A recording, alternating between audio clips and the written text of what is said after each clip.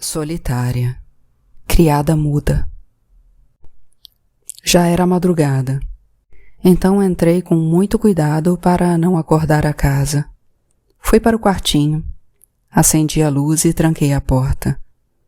Olhei em volta e, soltando um suspiro profundo, comecei a guardar minhas coisas e as de Mabel nas bagagens. Quantos anos dormimos ali? Uma vida. Na mesinha de cabeceira, meus santinhos. Lembrei da vez em que perguntei a Cacau se certa história que tinham me contado era verdadeira. Eu disse a ele que tinha ouvido falar que chamavam a mesinha ao lado da cama de criado mudo, porque antigamente quem ficava ao lado da cama dos senhores era uma pessoa escravizada, que precisava ficar ali, calada, à mão para qualquer necessidade de seus donos. Cacau era estudioso e foi pesquisar para mim. Ele disse que não chamavam a mesinha de criado mudo no tempo da escravidão, mas fiquei pensando que, independentemente de quando deram o nome para o móvel, com certeza foi pensando nos empregados e nas empregadas que inventaram esse criado mudo. Eu, de certa forma, fui criada muda. Não seria mais. Estava tão imersa nesses pensamentos enquanto arrumava as coisas que não vi o dia raiar. A manhã me encontrou pronta para ir embora, sentada na cama, com o uniforme esticado na cama, limpo e passado, para outra pessoa usar. Ouvi passos na cozinha e pensei, chegou a hora. Dona Lúcia estava com olhos cansados, como se não tivesse dormido. Só então percebi como tinha envelhecido desde o primeiro dia em que nos vimos. Já vai? Ela perguntou com voz cansada. E não volto, respondi. Já imaginava, depois do showzinho que a sua filha deu ontem? É sempre assim com gente como vocês. Uma hora não adianta, a ingratidão chega. Como é, Dona Lúcia? Ela então pareceu despertar. Começou a falar de todo o bem que nos tinha feito, de toda a generosidade de sua família em nos acolher, num discurso que não acabava mais. Dona Lúcia, não quero discutir com a senhora. Eu era a sua empregada. A senhora não me fez caridade. Só quero minhas contas, como qualquer pessoa que decide sair do emprego. Vou dar suas contas sim, e vou dar isso aqui também. Ela tirou em cima da mesa da cozinha uma caixa de um remédio para problemas de estômago, que eu sabia perfeitamente para o que as meninas tomavam. Meu peito começou a arfar e senti tontura, mas não daria a ela o gosto de me ver chorar. Pus meu terço no pescoço e peguei minhas malas. Ela não tem ideia até hoje se eu já sabia que ela tinha ajudado Mabel a tirar a criança. Essa foi uma verdade que foi chegando aos poucos para mim, e aquela caixa atirada por ela era a peça que faltava no quebra-cabeça. Lamento muito que não tenha sido minha filha a me contar a história completa. Lamento, mas hoje entendo o que não tinha como compreender na época. Saí do apartamento com a cabeça rodando. Toda a revolta daquele dia no depósito em que peguei Mabel e João Pedro voltou triplicada. No corredor, com as malas no chão, eu não apertava o botão do elevador. Eu esmurrava. Quando cheguei ao térreo, Mabel estava me esperando. Eu não conseguia encarar minha filha. Então, ela percebeu que eu já sabia. Deixamos uma parte das coisas com o Jurandir para pegar depois. Ficamos ali, nos ajeitando com as sacolas para caminhar até o ponto de ônibus. Eu, muda, me esforçando para não detonar a granada que estava no meu peito. Peguei o pulso direito dela, abri sua mão e pus no meio da palma a caixa velha de remédios. Tentei, mas não ia aguentar ficar calada até chegar em casa. Larguei tudo e comecei Mabel, olha só. Mas fui interrompida por uma sirene de polícia. Depois de interfonar para a síndica, Jurandir passou correndo e apertou o botão para abrir o portão para vários agentes que estavam na calçada querendo entrar. Eles subiram a escada até a portaria e encontraram com a síndica, que saía do elevador. Pois não? Posso ajudar? Quem é Imaculada Beira Alta? Eu mesma. Um policial levantou um mandado de busca na casa da síndica. Ela começou a falar alto. Gritava que aquilo era um absurdo, uma arbitrariedade, que não estávamos mais na ditadura, e mandou Jurandir pedir ao general Mingau que fosse até seu apartamento com urgência. O senhor Feitosa andava doentado e sumido, mas entendeu o chamado como uma oportunidade para mostrar que ainda mandava prender e soltar. O prédio virou um tumulto com a presença dos policiais, do general em sua cadeira de rodas, ostentando títulos e tentando impor o respeito que achava que lhe deviam, e dos curiosos que saíam de suas casas para saber o que estava acontecendo. Uma hora os criados deixam de ser mudos. Ouvimos, no meio de todo o buchicho, a voz de outro personagem que andava desaparecido e surgira como fantasma ao nosso lado, João Pedro. Ele e Cacau tinham feito uma denúncia anônima acusando Dona Imaculada de manter Dadá em cárcere privado, em condições similares à escravidão, por mais de 20 anos. Dadá, depois a gente soube, foi mais um motivo de briga entre João, Jurandir e, dessa vez, também Cacau. João tinha passado a prestar mais atenção nela depois do drama entre ele e Mabel. Ele parecia ter ficado velho antes mesmo de completar 18 anos. A paternidade abortada, em vez de dar a ele a sensação de alívio, parecia ter jogado ácido numa amargura que já estava lá dentro dele. Toda a rebeldia do João era a semente da sensação que ele carregava de que alguma coisa estava muito fora do lugar no Golden Plate, ou talvez no lugar demais. João passara a vigiar Dona Imaculada para saber mais sobre Dadá. Conversando sobre essas desconfianças com Cacau, pediu sua ajuda para, do jeito deles, investigar. Ele sabia que o irmão era querido pelos moradores, que o achavam o exemplo perfeito dos que se esforçavam e conseguem. Cacau encontrou a oportunidade perfeita num dia de setembro. Era dia de São Cosme e Damião e, embora os ricos não ligassem, mesmo naquele bairro metido à besta, tinha gente distribuindo doces para as crianças que encontravam na rua. Dadá estava no parapeito do pátio, olhando na rua um carro que parou e distribuiu uns saquinhos para um grupo de crianças que logo fez uma fila na calçada. Cacau ia chegando no edifício e viu o rosto miúdo de Dadá lá em cima, cheio de vontade de entrar na farra. Toma, Dadá, peguei para você.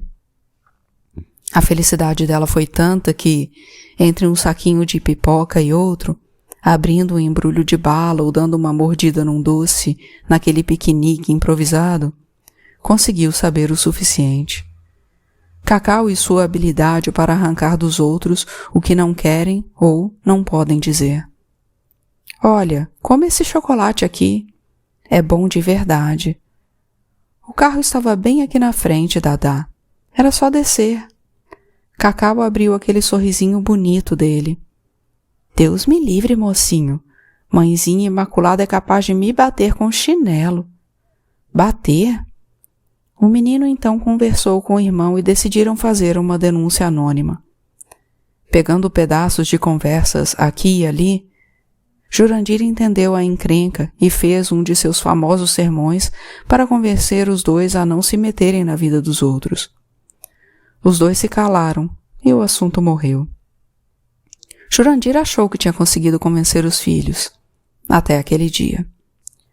O elevador estava travado no andar da síndica. Mabel e eu subimos as escadas quase correndo. Cheguei esbaforida, puxando o ar. Abrimos passagem no meio das pessoas que tentavam saber o que estava acontecendo. Dona Imaculada e o general, com a cuidadora Hilda, atrás de sua cadeira de rodas, tentavam argumentar com alguns policiais. Outros vasculhavam a casa.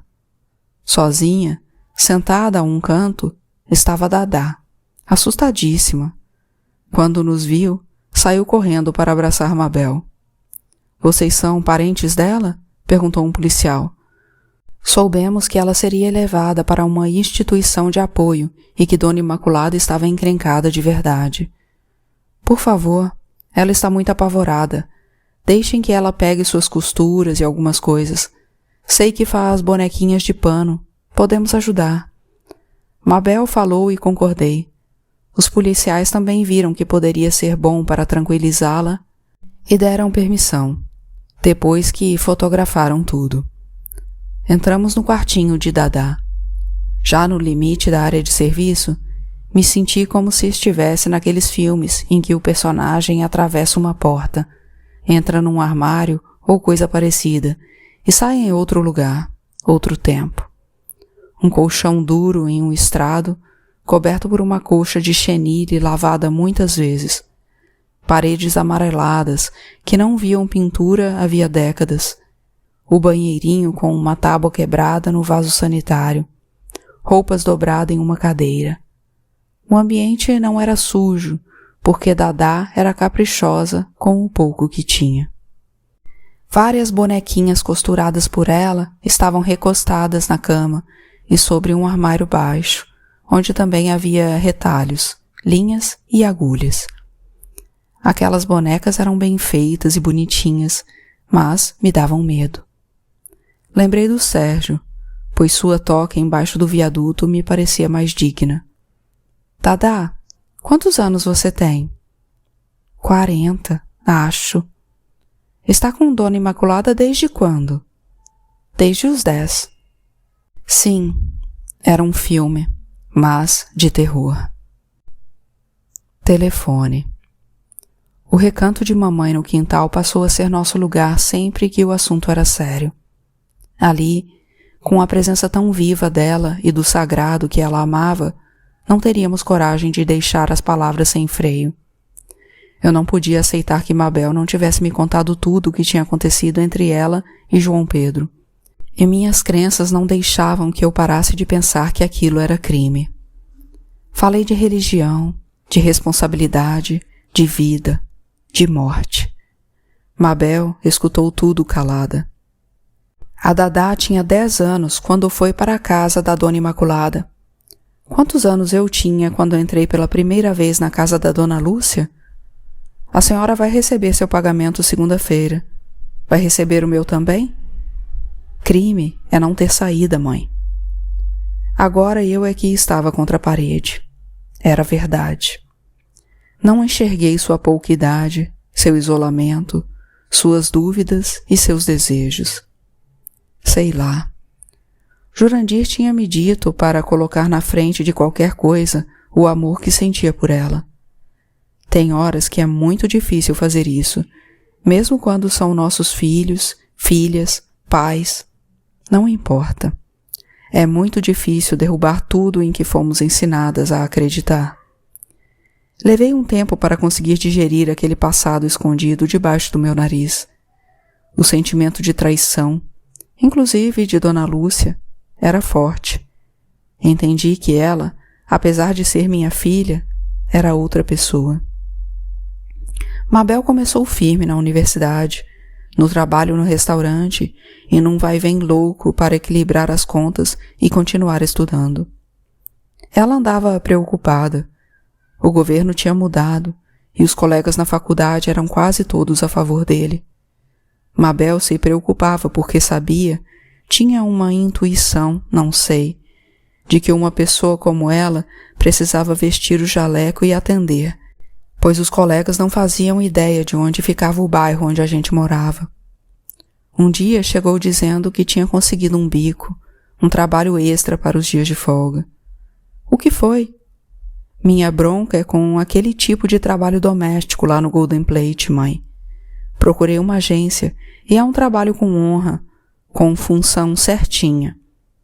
Sem essa de família dentro da família, de acúmulo de função. Trabalho, como outro qualquer. E é temporário também, dona Eunice, só para juntar mais grana. Tenho que pagar cursos, material, livros, tudo uma fortuna. Sem isso, não passo nas próximas provas. Tenho um objetivo e a senhora sabe qual é. Impressionante como as leis tinham mudado. Quando saí da casa de Dona Lúcia, foi uma luta conseguir o pagamento justo. Eu não tinha carteira assinada. O caso de Dadá foi o que ajudou, porque todo mundo no edifício ficou apavorado de ser denunciado e passar o aperto que Dona Imaculada estava vivendo, pagando uma fortuna de advogado e com o risco até de perder o apartamento. Ela tinha que ser presa, isso sim. Perder o apartamento não é nada para quem encarcerou uma pessoa por 30 anos, mãe. Jurandir vinha me visitar nas folgas e disse que os moradores lá do prédio estavam tão preocupados que fizeram uma reunião para discutir a situação das empregadas. Jurandir também me trouxe uma novidade. Camilinha ia fazer um intercâmbio e ficaria fora do país por um bom tempo. Depois que saímos de lá, Dona Lúcia não parou mais com empregada nenhuma. Cada uma tinha um problema diferente. O problema delas, pensava eu, era que nenhuma aguentava o que aguentei. Mas não adiantava. Eu não conseguia deixar de ter carinho por Camila. E saber que aquele bebê que troquei as fraldas ia para tão longe me emocionou. O telefone tocou. Aham. Vida que segue. Tá, tudo certo. Muito obrigada, Dona Lúcia. Sei. Sábado? Tá bem. Vou sim. Diga a ela que vou sim. Que Nossa Senhora abençoe e dê tudo certo. Até lá. Dona Lúcia ligou para dar a notícia da viagem de Camila, que Jurandir já tinha trazido. Ela disse que via a menina crescer e que ela fazia questão da minha presença na despedida. Falou também que tudo tinha ficado no passado e que estava com uma nova empregada, que não sabia fazer a feijoada que Camila tanto gostava. Então, ela estava me chamando para cozinhar no encontro que a filha faria com as amigas. E me pediu para aproveitar a oportunidade e já ensinar a moça a preparar o prato. Me pagaria pelo dia. Jurandir protestou. Ele dizia que estava apenas esperando a aposentadoria, que estava muito perto, para sair do Golden Plate. A próxima festa de casamento seria a nossa, e ele não queria que eu voltasse ao edifício de jeito nenhum. Mabel também reclamou, falando que não entendia por que eu ainda me sentia ligada àquela família. Pensei, ensinar a fazer feijoada numa tarde por aquele dinheirinho tão bom? Ainda posso ajudar a inteirar para comprar os livros da Mabel. Jurandir, dinheiro não aceita ofensa. Vou lá ensinar esse feijão, sim. Mamãe dizia que comer feijoada à noite dava pesadelo. Ela nunca esteve tão certa.